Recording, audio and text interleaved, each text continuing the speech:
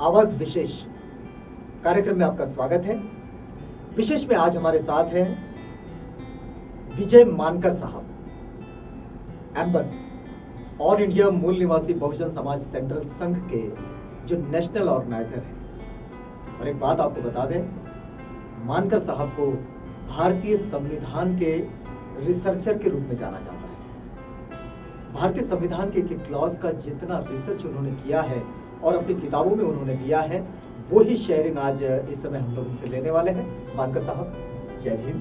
जय भीम। हमारे स्टूडियो में आपका बहुत स्वागत है। संविधान दिन की सब भारतीयों को और आपको मंगल कामना। चलिए, बहुत धन्यवाद।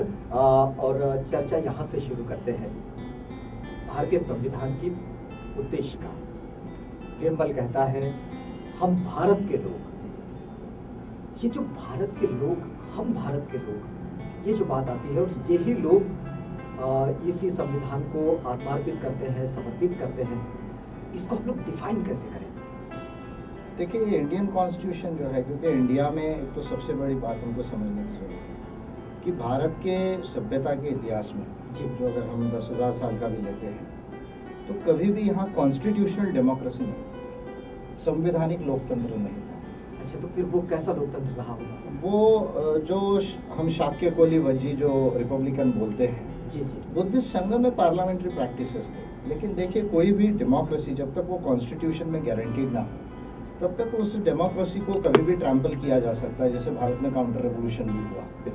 इस लिहाज से भारत का जो कॉन्स्टिट्यूशन का जो प्रियम्बल है, वी द पीपल, यानी ये भारत के लोग, पहले राजा डिसाइड करता था। अच्छा। पहले स्मृतियां डिसाइड करती थी। पहली बार श्रुति और स्मृति डिसाइड करती थी। कोई एक लिख देता था सो कॉल्ड ब्राह्मण, और वो मानना पड़ता था सबको। पहली बार भारत के लोगों ने, वी द पीपल, हम भारत के लोग, कोई भी हो, काला हो, गोरा हो, किसी भी वंश का हो, किसी भी रेस का हो, किसी भी कम्युनिटी का, किसी वर्ग का हो, किसी वर्ग का हो, सारे भारतीयों ने मिलकर ये संविधान स्वयं को दिया है। अच्छा, तो इस लिहाज से वी द पीपल जो ओपनिंग है, मैं समझता हूँ कि ये भारत के सभ्यता के इतिहास में सबसे बड़ा हिस्टोरिकल वर्ड है। दूसरा, इसके साथ में अभी तो 4 बातें आ गई 42nd अमेंडमेंट के बाद, सोशलिस्ट और सेक्युलर ऐड किया गया।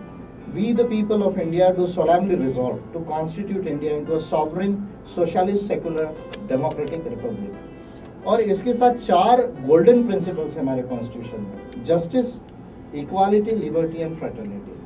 Justice, liberty, equality and fraternity, यानी न्याय। न्याय की बात भी सबसे पहले जो प्रियम्बल है वो सामाजिक न्याय की बात करता है। अगर आप उसका सीक्वेंस देखेंगे तो सोशल जस्टिस पहले है, फिर इकोनॉमिक जस्टिस है, और फिर पॉलिटिकल जस्टिस है। अच्छा, तो ये जो सीक्वेंस है हमारे कॉन्स्टिट्यूशन में, एक तो जस्टिस का, लिबर्टी, इक्वालिटी एंड फ्रेटर्निटी का। इसमें जस्टिस में social justice, economic justice and political justice.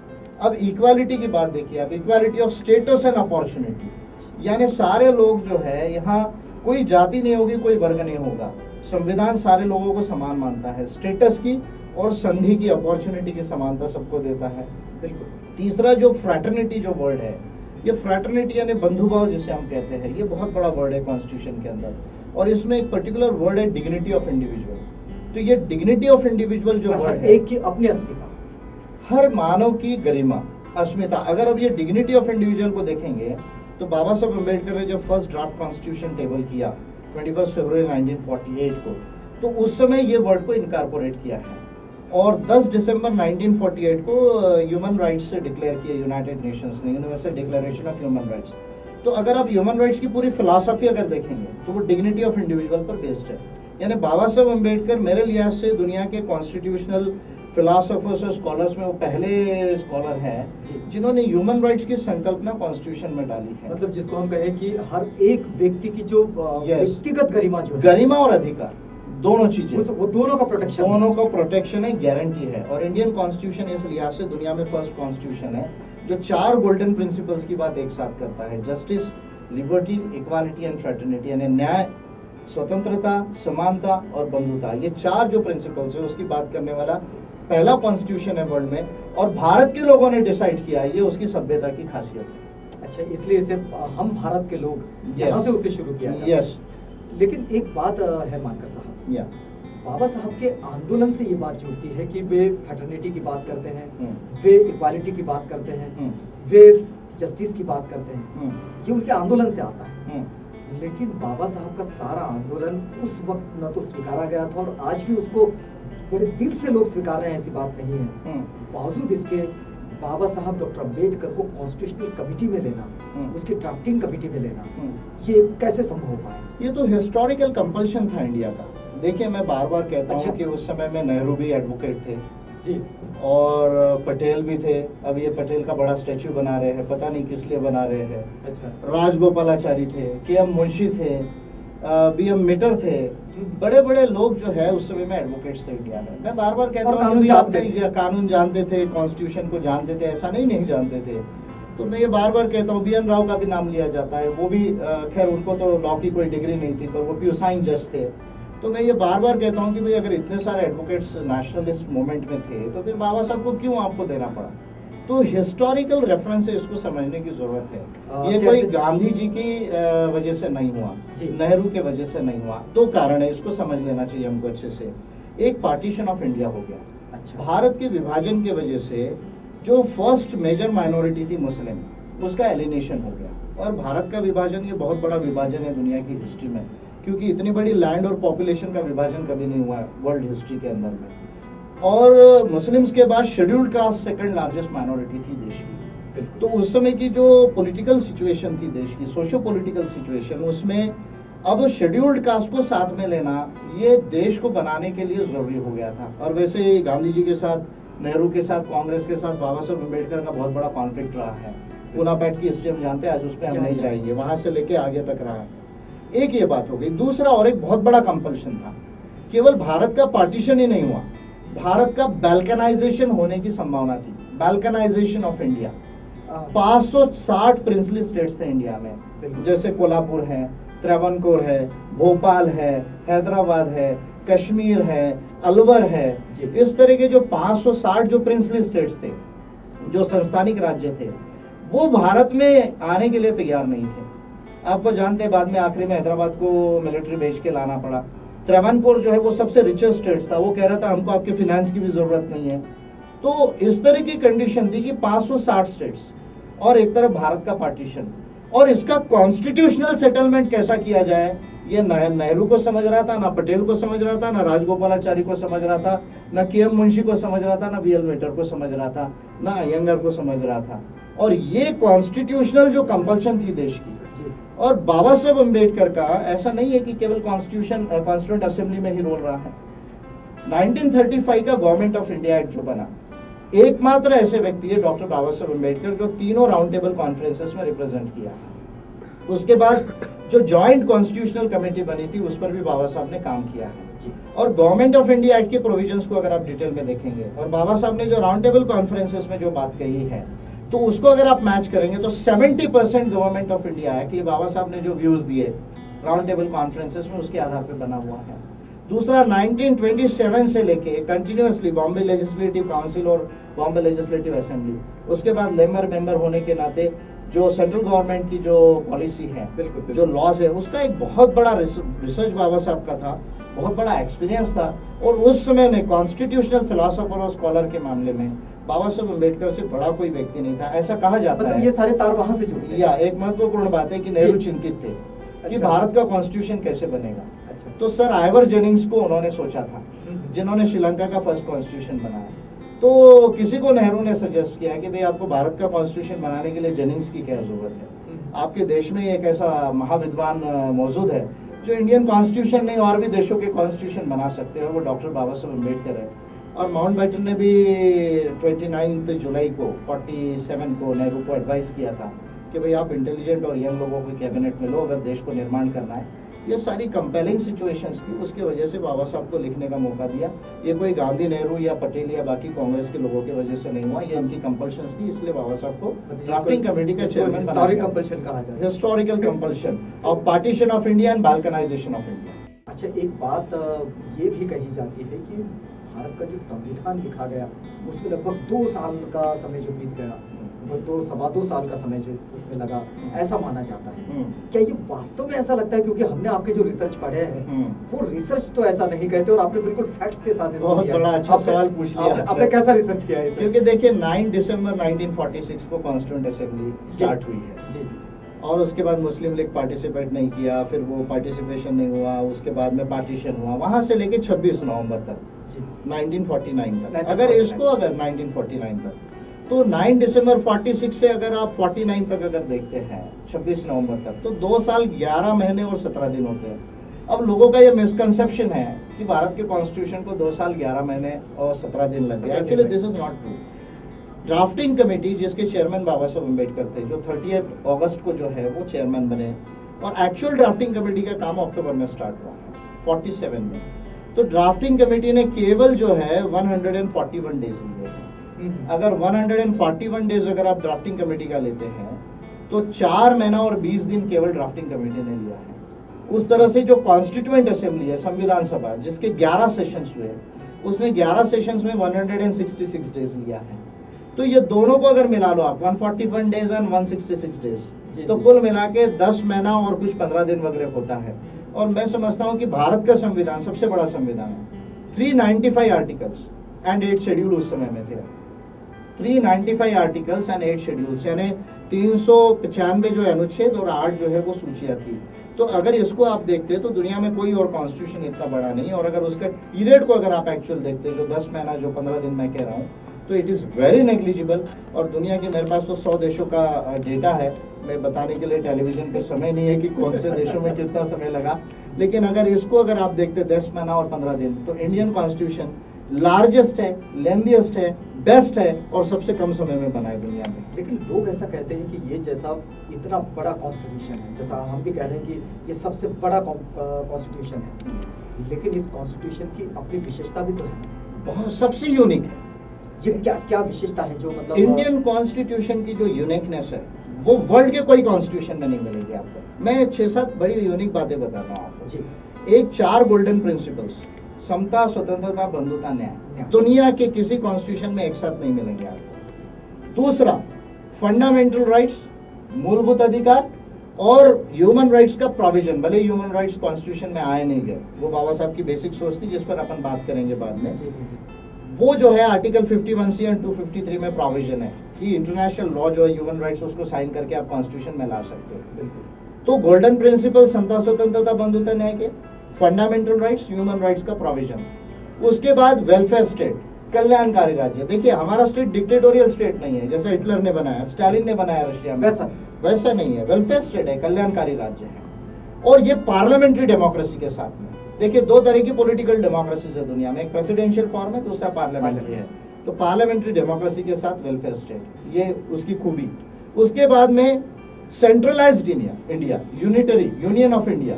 ये एक देश है, इसमें 2 सिटीजनशिप नहीं है। भले स्टेट्स है, हमारे 28 स्टेट, अभी तेलंगाना बन जाएगा, 29 हो जाएंगे और भी बनेंगे, विदर्भ की भी डिमांड है, लोग कहते हैं स्टेट्स बनते रहेंगे, लेकिन भारत एक रहेगा। इसलिए मैं कहता हूँ बाबा साहब ने कॉन्स्टिट्यूशन बना के भारत पे उपकार किया है, भारत को एक संघ किया है। ये भारत एक यूनाइटेड नहीं होता था अगर बाबा साहब ने कॉन्स्टिट्यूशन नहीं बनाया होता। और सुप्रीम कोर्ट के कई डिसीजन इस तरीके बोला है सुप्रीम कोर्ट ने कि कोई भाषा या धर्म या संस्कृति से देश एक नहीं हुआ है, इंडियन कॉन्स्टिट्यूशन की वजह से इंडिया एक हुआ है। तो यूनिटरी स्टेट जो है ये महत्वपूर्ण बात है। इसके साथ इंडिपेंडेंस ऑफ जुडिशरी, सीएजी यानी इलेक्शन कमीशन, और सबसे महत्वपूर्ण बात रिजर्वेशन और स्पेशल प्रोटेक्शन आदिवासियों के लिए, SC ST OBC के लिए रिजर्वेशन और special protection 5th schedule and 6th schedule का आदिवासियों के लिए। इतने यूनिक प्रोविजंस आपको दुनिया के किसी और एक कॉन्स्टिट्यूशन में नहीं मिलेंगे। वो कॉन्स्टिट्यूशन केवल भारत का कॉन्स्टिट्यूशन है और इसलिए मैं भारत के कॉन्स्टिट्यूशन को दुनिया में बेस्ट में कहता हूँ। ये जो इतना बेहतर संविधान आप मानते हैं और ये संविधान का बहुत सारे देशों ने अपने आप में उसको आधार के तौर पर भी लिया है। साउथ अफ्रीका का कॉन्स्टिट्यूशन हमारे संविधान से प्रेरित माना जाता है। ऐसी वो क्या विशेषता है जो साउथ अफ्रीका ने अपने संविधान में जोड़ ली भारत के संविधान से? सारी चीजें जो है इंडियन कॉन्स्टिट्यूशन की almost all south African constitution में है। साउथ अफ्रीकन कॉन्स्टिट्यूशन एक ही मायने में थोड़ा आगे गया, ह्यूमन राइट्स के प्रोविजन जो है और जिसको डिस्ट्रीब्यूटिव जस्टिस कहा जाता है, जैसे ब्लैक्स लोगों को वहाँ जमीन जो है वो वापस मिली, या जुडिशरी में रिजर्वेशन है, तो ये जो जिसको डिस्ट्रीब्यूटिव जस्टिस कहा जाता है और ह्यूमन राइट्स के जो प्रोविजंस है। अभी रूल ऑफ लॉ जो है, अभी जो मॉडर्न कॉन्स्टिट्यूशन है वो rule of law are becoming the rule of human rights. अच्छा। तो अगर ह्यूमन राइट्स की बात को और डिस्ट्रीब्यूटिव जस्टिस की बात को अगर छोड़ दिया जाए तो ऑलमोस्ट ऑल जो प्रोविजंस है इंडियन कॉन्स्टिट्यूशन के उसको साउथ अफ्रीकन कॉन्स्टिट्यूशन ने जो है वो लिया है। और वहाँ की कॉन्स्टिट्यूंट असेंबली जब बनी थी तो उसको एडवाइस करने के लिए उन्होंने इंडिया के कुछ कॉन्स्टिट्यूशनल एक्सपर्ट्स को बुलाया था। अच्छा। और उनके जो है अनऑफिशियल व्यूज लिए गए और इंडिया के एक्सपीरियंसेस को ध्यान में रखते हुए, क्योंकि वहां पर भी रेसिज्म की बहुत बड़ी अपार्थाइड की प्रॉब्लम थी, इंडिया में कास्टिज्म की प्रॉब्लम थी, तो इंडियन एक्सपीरियंसेस को और कॉन्स्टिट्यूशन को ध्यान में रखते हुए अफ्रीकन कॉन्स्टिट्यूशन जो है साउथ अफ्रीका का बनाया गया। और भी कई मॉडर्न कॉन्स्टिट्यूशन है, युगांडा है, रवांडा है या यूरोपियन कॉन्स्टिट्यूशन, उन्होंने भी इंडियन कॉन्स्टिट्यूशन के कुछ फीचर्स को लिया। तो इस लिहाज से जो 1950 के बाद जो मॉडर्न कॉन्स्टिट्यूशंस बन रहे हैं वो कहीं ना कहीं इंडियन कॉन्स्टिट्यूशन का रेफरेंस लेते हैं। मतलब वहां से रिफ्लेक्शन होता ही है। Yes, of course. एक बात और इसके साथ में जुड़ जाती है। अब यदि इतना अच्छा संविधान जिसमें न्याय का तत्व है, जिसमें समानता का तत्व है, जिसमें बंधुभाव है, जिसमें स्वतंत्रता है, ये बड़े महत्वपूर्ण तत्व है, बाबा साहब ने इन तत्वों को संविधान में जोड़ दिया। बावजूद इसके हम लोग ये जो संविधान का इतना जो गणतांत्रिक भारत का जो वक्त गुजरा है, हम लोग ये देखते हैं कि वो ही विषमताएं जो कि इस कॉन्स्टिट्यूशन को लागू होने से पहले थी, वो विषमताएं हमें भारतीय जनजीवन में देखने को मिल जाती है। इस विषमता पर ये समता की बात बाबा साहब की लोगों ने स्वीकार कैसे कर लिया और वो अभी तक जनजीवन में नहीं ला पाए, ये कैसा विरोधाभास लगता है ना? नहीं, इसमें दो चीजें, एक तो एनालिशन ऑफ कास्ट का जो प्रोविजन है जी, वो बाबा साहब अम्बेडकर कॉन्स्टिट्यूशन में डालना चाहते थे। अच्छा, अगर हम स्टेट्स एंड माइनॉरिटीज को बाबा लेकिन साहब वो तो उन्होंने डाले ना, उसमें अनटचेबिलिटी तो खत्म करना चाहिए। अनटचेबिलिटी खत्म हुई, लेकिन कास्ट कहाँ खत्म हुई? अभी सैद्धांतिक तौर पे इक्वालिटी की बात हमारा कॉन्स्टिट्यूशन कहता है जी, लेकिन कास्ट को एनालिट करने के लिए जो anti discrimination law and policy का प्रोविजन होना चाहिए वो इंडियन कॉन्स्टिट्यूशन में नहीं है। बाबा Saheb Ambedkar states and minorities में वही आर्ग्यूमेंट था बाबा साहब अम्बेडकर का, उस बात को नेहरू ने और कृपलानी ने होने नहीं दिया। और ऑन द कॉन्ट्ररी 24 मार्च 1947 को टेबल भी की थी बाबा साहब ने। संपत्ति के निर्धारण की जो बात हुई, संपत्ति की बात थी, एनालिशन ऑफ कास्ट की भी जो बात थी, ये दोनों बातें जो हैं वो बाबा साहब के स्टेट्स एंड माइनॉरिटीज में थी, वो इंडियन कॉन्स्टिट्यूशन में स्पेसिफिकली नहीं आ सकी। लेकिन अगर हम इंटरप्रिटेशन में जाते हैं तो लॉ अगर पार्लियामेंट बनाता है और जुडिशरी सही इंटरप्रिटेशन करती है तो अभी भी इंडियन कॉन्स्टिट्यूशन में इक्वालिटी का जो प्रिंसिपल है, जस्टिस का जो प्रिंसिपल है, उसके आधार पे एनालिशन ऑफ कास्ट होना चाहिए। तो जो विषमता जो जाति और धर्म के वजह से चली आई देश के अंदर में, उसको समाप्त करने के लिए एनालिशन ऑफ कास्ट का जब तक स्पेसिफिक प्रोविजन आप नहीं करेंगे, जिसको अभी मॉडर्न कॉन्स्टिट्यूशंस में anti discrimination law and policies बोला जा रहा है, जैसे इक्वालिटीज एक्ट बना 2010 में यूके में, अभी आपको पता होगा कि कास्ट डिस्क्रिमिनेशन अबॉलिश करने का उन्होंने भी हाउस ऑफ लॉर्ड्स ने जो है यूनिसेफ भी इसका ये कर रहा है। यस, तो वो जब तक आप कॉन्स्टिट्यूशन में नहीं डालेंगे, उसके आधार पे लॉ और पॉलिसी नहीं बनेगी, तब तक एनालिशन ऑफ कास्ट नहीं होगा। तो इसलिए जिस तरह की समता बाबा साहब अम्बेडकर चाहते थे, समानता चाहते थे, वो सैद्धांतिक रूप में तो कॉन्स्टिट्यूशन में है पर वास्तविकता में साकार नहीं होगा। क्या क्या वजह मान सकते हैं आप इसे? इसका सबसे बड़ा वजह यह जो है कि कॉन्स्टिट्यूशन को इम्प्लीमेंट करने वाले जो लोग हैं उनकी जो मानसिकता है, देखिए हमारी जो पार्लियामेंट्री डेमोक्रेसी है वो पार्लियामेंट्री डेमोक्रेसी कंप्लीट नहीं है इंडिया के अंदर में। बाबा साहब अम्बेडकर ने इस पर हिंट किया था 17 सितंबर 1943 को Indian labour and parliamentary democracy में कि पार्लियामेंट्री डेमोक्रेसी बहुत अच्छी है लेकिन उसकी कुछ कमियां हैं। लिबर्टी को ज्यादा वेटेज देती है लेकिन इक्वालिटी को सैक्रिफाइस करती है। और बाबा साहब ने कहा था कि political democracy can not survive unless social and economic democracy becomes the base of political democracy. तो जब तक सामाजिक और आर्थिक लोकतंत्र उसका बेस नहीं होता तब तक राजनीतिक लोकतंत्र साकार नहीं हो सकता। और उसके साथ बाबा साहब ने कही थी कि जो कैपिटलिस्ट ऑर्गेनाइजेशन है, कैपिटलिस्ट ऑर्गेनाइजेशन विषमता लाता है और पॉलिटिकल ऑर्गेनाइजेशन पार्लियामेंट्री डेमोक्रेसी की समानता लाता है। ये दोनों जो कॉन्ट्रडिक्शन है, इसको अगर आपको सॉल्व करना है तो जो लेबरिंग क्लासेस है, जो इस विषमता के शिकार लोग हैं, उनको गवर्नेंस में जाना होगा। मतलब उनको सोशल डेमोक्रेसी थ्रू जाना, सोशल डेमोक्रेसी, इकोनॉमिक डेमोक्रेसी प्रस्तापित करना होगा और लेबर गवर्नमेंट को बनाना होगा। ये बाबा साहब का व्यू था। रिपब्लिकन गवर्नमेंट बनाना होगा, लेबर गवर्नमेंट बनाना होगा।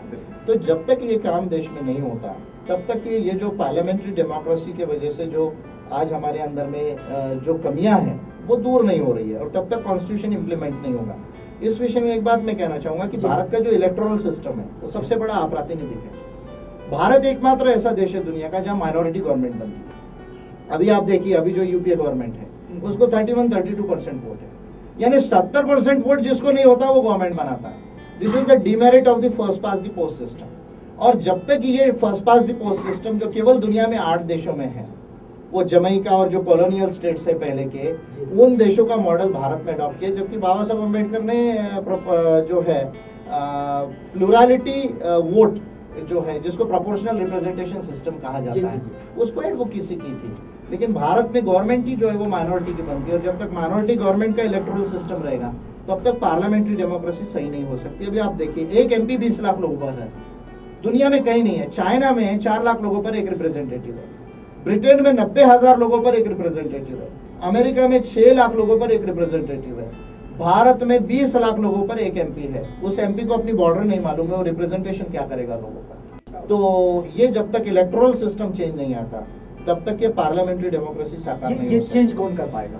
ये चेंज करने के लिए पार्लियामेंट्री अमेंडमेंट की जरूरत पड़ेगी, और मैं समझता हूँ कि इसलिए बहुत बड़ा देश में आंदोलन करना पड़ेगा। कुछ अम्बेडकराइट एमपीज को भी चुनकर भेजना पड़ेगा हमें देश में, ताकि इस तरह का पार्लियामेंट्री अमेंडमेंट जो है वो हम देश के अंदर ला सके। और बड़ा जन आंदोलन भी करना पड़ेगा साथ साथ में, जिसको पब्लिक कंसर्न्स बाबा साहब ने कहा था कि जब तक लोग रिपब्लिकन नहीं होते, जब तक लोग जो है समता, स्वतंत्रता, बंधुता, न्याय और अपने अधिकारों के लिए उठ के जागरूक नहीं होते, तब तक ये चेंज नहीं होगा देश में।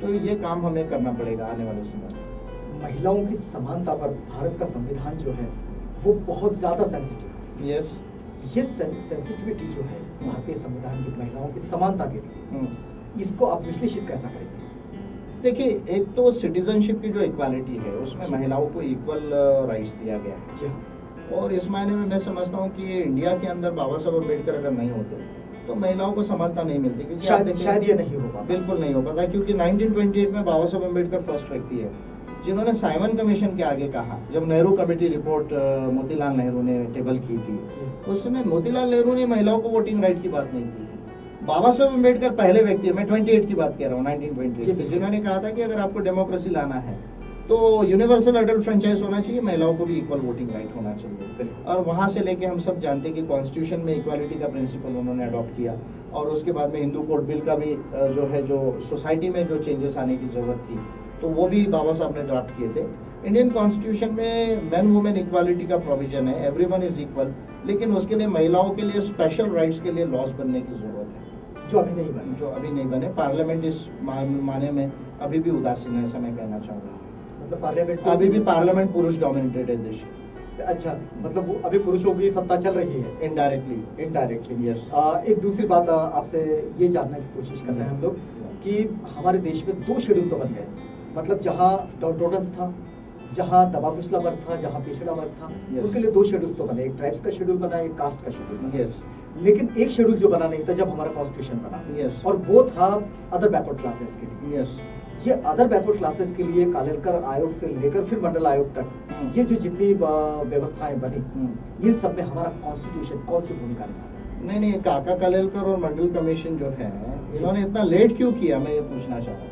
बाबा साहब अम्बेडकर ने तो 21 फरवरी 1948 को जो ड्राफ्ट कॉन्स्टिट्यूशन टेबल किया जी, उसमें अभी जो आर्टिकल 16(4) है, उस समय मैं 9(3) था। अच्छा, और मैं ये कहता हूँ कि बाबा Saheb Ambedkar is the father of OBC. ये ओबीसी पैदा ही नहीं होता देश में अगर डॉक्टर अम्बेडकर नहीं होते। क्या बात? क्योंकि ओबीसी देखिए 21 फरवरी 1948 के पहले तो कोई आइडेंटिफिकेशन ही नहीं था, शूद्र था केवल। बिल्कुल। उनको ओबीसी अदर बैकवर्ड क्लासेस बनाया, यानी भारत का नागरिक बनाया, और उसमें स्पेशल सेफगार्ड्स दे रिजर्वेशन के, ये बाबा साहब अम्बेडकर ने दिया। तो जब कॉन्स्टिट्यूशन में आर्टिकल 16(4) था, 340 था, तो वाई काका Kalelkar and Mandal commission report was delayed so long? Actually अभी भी आप देखेंगे ओबीसी का 5% सेंट्रल गवर्नमेंट में रिप्रेजेंटेशन नहीं है। तो अगर यही बात, जैसे बाबा साहब अम्बेडकर ने जो रिजाइन भी किया था, तो वो हिंदू कोड बिल के साथ में ओबीसी रिजर्वेशन इंप्लीमेंट नहीं हो रहा इसलिए रिजाइन किया था, दोनों चीजें जोड़ दी। जो बात कॉन्स्टिट्यूशन में थी, अगर उसी समय 50 में अगर कमीशन बना के उसके ऊपर में लिस्ट बना दी होती और रिजर्वेशन एक्सटेंड कर दिया होता। ऑन द कॉन्ट्ररी, काका कालेलकर ने लेटर जो लिखा नेहरू को, एक वर्ड मुझे याद आता है कि service is not for the servants, यानी नौकरियां नौकरों के लिए नहीं होती है। तो ये मेंटालिटी रिफ्लेक्ट करती है कि वो ओबीसी को गुलाम बनाए रखना चाहते थे। तो कॉन्स्टिट्यूशन में प्रोविजन था, इसलिए ओबीसी का रिजर्वेशन आया। और आज जो है वो आफ्टर इंदिरा स्वामी की जो केस है, मंडल केस जिसको कहते हैं, इम्प्लीमेंट हो रहा है, लेकिन बहुत बैकलॉग है, और जिस तरह से इम्प्लीमेंट होना चाहिए वो अभी भी नहीं हो पा रहा है। लेकिन कॉन्स्टिट्यूशन में इसका प्रोविजन बाबा साहब ने लाया, इतनी बात सबको ध्यान में लेना चाहिए। तो इस बात को निश्चित रूप से यहाँ पर स्वीकार करना चाहिए कि बाबा साहब जो चाहते थे वो ये था कि वो थ्रू एंटायर इंडिया जो है उसको विकसित करना चाहते थे, यस कि वो कहीं रुके ना। यस लेकिन ऐसी कुछ बातें जो छूट गई हो, जैसे कि आपका सारा रिसर्च है अम्बेडकरिज्म का, आपने जो स्टडी किया और उसका जो रिसर्च आपने सामने रखा है, हम देखते हैं कि एक बड़ा रिसर्च आपने सामने रखा है। आपको क्या लगता है कि बाबा साहब के लेखन में, सबसे बड़ी नहीं, मैं जो जानना चाह रहा हूँ ये बात है कि बाबा साहब के लेखन में या बाबा साहब की सोच में कोई ऐसी बातें रही जो वो कॉन्स्टिट्यूशन में डालना चाहते थे, समाविष्ट करना चाहते थे, लेकिन कर नहीं पाए? सबसे बड़ी बात जो स्टेट्स एंड माइनॉरिटीज की मैं बार बार कहता हूँ जी, और जिनको भी कॉन्स्टिट्यूशनल फिलॉसफी को समझना है जी, उनको स्टेट्स एंड माइनॉरिटीज को जरूर रेफर करना चाहिए। बाबा साहब अम्बेडकर दुनिया के पहले कॉन्स्टिट्यूशनल फिलॉसफर एंड स्कॉलर हैं जिन्होंने ये कहा था कि केवल नागरिक अधिकार और राजनीतिक अधिकार ही मूलभूत अधिकार नहीं होने चाहिए। आर्थिक अधिकार, सामाजिक अधिकार और सांस्कृतिक अधिकार एंड कम्युनिटी के राइट्स ये भी मूलभूत अधिकार होना चाहिए। ये कहने वाले डॉक्टर बाबा साहब अम्बेडकर दुनिया के पहले कॉन्स्टिट्यूशनल फिलॉसफर एंड एक्सपर्ट हैं। अब ह्यूमन राइट्स ने क्या किया, अभी आप देखिए 1966 में international covenant of economic, social and cultural rights, international covenant of civil and political rights, international convention of elimination of all forms of racial discrimination, rights of women, rights of indigenous people 94 और 2007 तक declare हुए। अगर ये तमाम चीजों को अगर हम कंपैरेटिवली ह्यूमन राइट्स की बातों को स्टडी करते स्टेट्स एंड माइनॉरिटीज के, तो बाबा साहब अम्बेडकर ये चाहते थे कि आर्थिक अधिकार, सामाजिक अधिकार और कम्युनिटी के अधिकार ये मूलभूत अधिकार होना चाहिए। वो कॉन्स्टिट्यूएंट असेंबली ने एक्सेप्ट नहीं किया, बाबा साहब को वो लाने नहीं दिया। ये एक सबसे बड़ी बात जो कम रही है। तो इसलिए मैं आज कहता हूँ, कुछ लोग कॉन्स्टिट्यूशन रिव्यू की बात करते हैं, मैं कॉन्स्टिट्यूशन रिव्यू ने, मैं कॉन्स्टिट्यूशनल एक्सपांशन की बात करता हूँ। अच्छा, कॉन्स्टिट्यूशनल एक्सपांशन की बात करता हूँ। कॉन्स्टिट्यूशनल एक्सपांड करने की जरूरत है, इसको रिव्यू करने की जरूरत नहीं, इसको एक्सपांड करने की जरूरत है। तो क्या क्या चीजें लाने की जरूरत है? एक सबसे बड़ी बात, जो सामाजिक आर्थिक अधिकार जो है, कम्युनिटी राइट्स जो है, जो ह्यूमन राइट्स में है और हमने साइन किया है यूएन में जाके, उनको फंडामेंटल राइट में इनकॉर्पोरेट करने की जरूरत है। अगर ये काम अगर बड़े पैमाने पे हो जाता है। दूसरा, SC ST and OBC commission and women commission and children commission, इनको जो है वो बाय लॉ उसको जो है वो पावर देने की जरूरत है सिविल कोर्ट्स। इसके साथ जुडिशरी में रिजर्वेशन लाने की जरूरत है। और सबसे इंपॉर्टेंट जो है, नेशनल ह्यूमन राइट्स कमीशन को कॉन्स्टिट्यूशनल स्टेटस देने की जरूरत है और एक ह्यूमन राइट्स कोर्ट बनाने की जरूरत है देश में, जो सुप्रीम कोर्ट के ऊपर हो। अगर ये कॉन्स्टिट्यूशनल एक्सपांशन अगर देश में हो जाता है, तो जो जो बातें बाबा साहब अम्बेडकर ने कही थी, जो उनके सोच में थी, उसका प्रैक्टिकल इंस्टीट्यूशनल फॉर्म आ जाएगा। और इंडिया के अंदर में जो एनालिशन ऑफ कास्ट की हम बात कर रहे हैं, या जस्टिस, लिबर्टी, इक्वालिटी, फ्रेटर्निटी की बात कर रहे हैं, वो सारी साकार हो जाएगी। और मैं दावे से कहता हूँ कि 20 साल के अंदर इंडिया जो है वो डेवलप्ड नेशन हो जाएगा। पहले 10 देशों के अंदर जो है वो इंडिया आ जाएगा। ये बात मैं दावे से कहता हूँ। मतलब बावजूद इसके कि इसमें ह्यूमन राइट कमीशन अलग से सुप्रीम कोर्ट के ऊपर नहीं रखा गया, तब नहीं, अभी उसको करना पड़ेगा। आपको ह्यूमन राइट्स कोर्ट बनाना पड़ेगा सुप्रीम कोर्ट के ऊपर, और ह्यूमन राइट्स कमीशन को कॉन्स्टिट्यूशनल स्टेटस देना पड़ेगा। और ये जो SC ST और OBC के कमीशंस है, उनको आपको कॉन्स्टिट्यूशनल स्टेटस देके काम नहीं चलेगा, स्पेशल पावर्स देना पड़ेगा, रिजर्वेशन लाना पड़ेगा जुडिशरी में, और इसके साथ में जितने ह्यूमन राइट्स है उसको फंडामेंटल राइट बनाने लेकिन पड़ेगा। आप ये बात इतने दावे से कैसे कह सकते हैं? क्योंकि हमारे देश में पार्लियामेंट्री डेमोक्रेसी की बात तो होती है, लेकिन सारी डेमोक्रेसी जो है वो या तो कैपिटलिज्म के कंट्रोल में है, या तो फिर पावर्स के कंट्रोल में है, जिनके पास में लीडरशिप के पावर है, जो लोग सत्ता में बैठे हैं उनके पास में वो है। दो बातें मैं कहना चाहूंगा कि जिस युग में हम जी रहे हैं वो मानव अधिकारों का युग है। अब ये कोई वेदों का, शास्त्रों का युग नहीं है। हाँ हाँ, ये कोई गुलामों का युग नहीं है, ये मानव अधिकारों का युग है। 21st century is the century of human rights. ये सबसे बड़ी बात है। दूसरी एक बात मैंने महत्वपूर्ण कही है कि दुनिया में जितने कॉन्स्टिट्यूशन आप देखिए, 1950 के बाद करें, जो मॉडर्न कॉन्स्टिट्यूशन है, यूरोप के कॉन्स्टिट्यूशन उठाइए, अफ्रीकन कॉन्स्टिट्यूशन उठाइए, उन्होंने मानव अधिकारों को फंडामेंटल राइट बनाया है। वहां पर ह्यूमन राइट्स कोर्ट है जो वहां के सुप्रीम कोर्ट के ऊपर है। सुप्रीम कोर्ट के ऊपर ह्यूमन राइट्स कोर्ट इंडिया में बनाना पड़ेगा। ये बहुत इंपॉर्टेंट बात है। ये जो कॉन्स्टिट्यूशनल डेवलपमेंट दुनिया में हुआ है, दैट इज द होप कि हम ह्यूमन राइट्स के एरा में जी रहे हैं। रही बात भारत की, भारत में कैसा होगा? अगर हम अम्बेडकरिज्म के आधार पे मूवमेंट चला लेते हैं देश में, तो इस देश को जो है कॉन्स्टिट्यूशन भी हम इम्प्लीमेंट कर सकते हैं, और जिस तरह का प्रबुद्ध भारत बाबा साहब बनाना चाहते थे वो हम बना सकते हैं। उसके लिए संघ एम्बस जो है, बहुत बड़ा आंदोलन जो है जिसको वो हम क्रिएट कर दिया है। संसदीय लोकतंत्र का सही इम्प्लीमेंटेशन होगा अगर वो प्रबुद्ध भारत में चला जाता है। Yes, by the people, of the people, for the people. Republican government बनाना पड़ेगा, अम्बेडकराइट गवर्नमेंट बनाना पड़ेगा, प्रबुद्ध भारत बनाना पड़ेगा, तभी कॉन्स्टिट्यूशन पूरी तरह साकार होगा और बाबा साहब अम्बेडकर की सोच होगी और भारत दुनिया में सबसे पहला नंबर का जो है वो देश बनेगा। ये काम हमको करना होगा। ये इतनी श्रेष्ठ बात जो आपने कही और इतना श्रेष्ठ संविधान जो बाबा साहब डॉक्टर अम्बेडकर ने दिया, जो कि हमारे देश को एक संघ बना के रखता है, एक यूनाइटेड नेशन बना के रखता है, बावजूद इसके इस समय बार बार एक बात और एक मांग उठती चली जाती है कि कॉन्स्टिट्यूशन को बदल देना चाहिए, कॉन्स्टिट्यूशन का मूल्यांकन होना चाहिए। ये जो बात आती है, इसके पीछे क्या कोई सैद्धांतिक भूमिका है या फिर इसकी प्रासंगिकता की भूमिका है या फिर ये डेलिबरेटली ऐसा किया जाता है? जी, मैंने आपको पहले कहा कॉन्स्टिट्यूशन रिव्यू नहीं, कॉन्स्टिट्यूशनल एक्सपेंशन होने की जरूरत है। अभी आप मुझे बताइए 50 साल में, आज 60 साल के ऊपर हो गए हैं, ये देश को आज जितना भी डेवलपमेंट हो रहा है इंडिया के अंदर में, आज हमारी इकोनॉमी 10 पहले फर्स्ट 10 कंट्रीज में आ गई है। तो ये जो सारा है, आज इंडिया के अंदर में साइंस का प्रोग्रेस हो रहा है, अर्बनाइजेशन का प्रोग्रेस हो रहा है, आज लोग पार्लियामेंट जा रहे हैं, गवर्नमेंट ऑफिसर्स जा रहे हैं, बिजनेसेस के अंदर में जा रहे हैं। आप मुझे बताइए, अगर ये इंडियन कॉन्स्टिट्यूशन नहीं होता तो ये देश की हिस्ट्री में बुद्धिस्ट पीरियड को अगर छोड़ दिया जाए तो ये देश की हिस्ट्री क्या थी? जिस सिविलाइजेशन की बात लोग कहते हैं कि हम बहुत विश्वगुरु और बड़े बड़े बात है, at what plane your civilisation was? इतनी बड़ी अनटचेबिलिटी, कास्ट सिस्टम, लोगों को जंगलों में आपने रखा, भटके विमुक्तों को आपने भटकने के लिए छोड़ा। अरे ह्यूमन हिस्ट्री के सिविलाइजेशन में कहीं नहीं हुआ ना कि आपकी 40% पॉपुलेशन को जो है आपने जंगलों में रखा, तांडों में रखा, पालपुड़ा में रखा, गांव के बाहर रखा, शूद्रों को गांव के अंदर अपना गुलाम बना के रखा। So what was your civilisation? और भारत एक था तब, अगर अशोकन पीरियड को छोड़ दिया जाए और थोड़ा सा समुद्रगुप्त के पीरियड को छोड़ दिया जाए, तो पहले तो इंडिया को यूनाइटेड बनाया सम्राट अशोका ने। तो जिन्होंने मानवतावाद की बात को माना, जिन्होंने समता, स्वतंत्रता, बंधुता की बात को माना, उन्होंने भारत को यूनाइटेड बनाया। नहीं तो इंडिया यूनाइटेड था कहाँ, ये तो कोई बताए मुझे।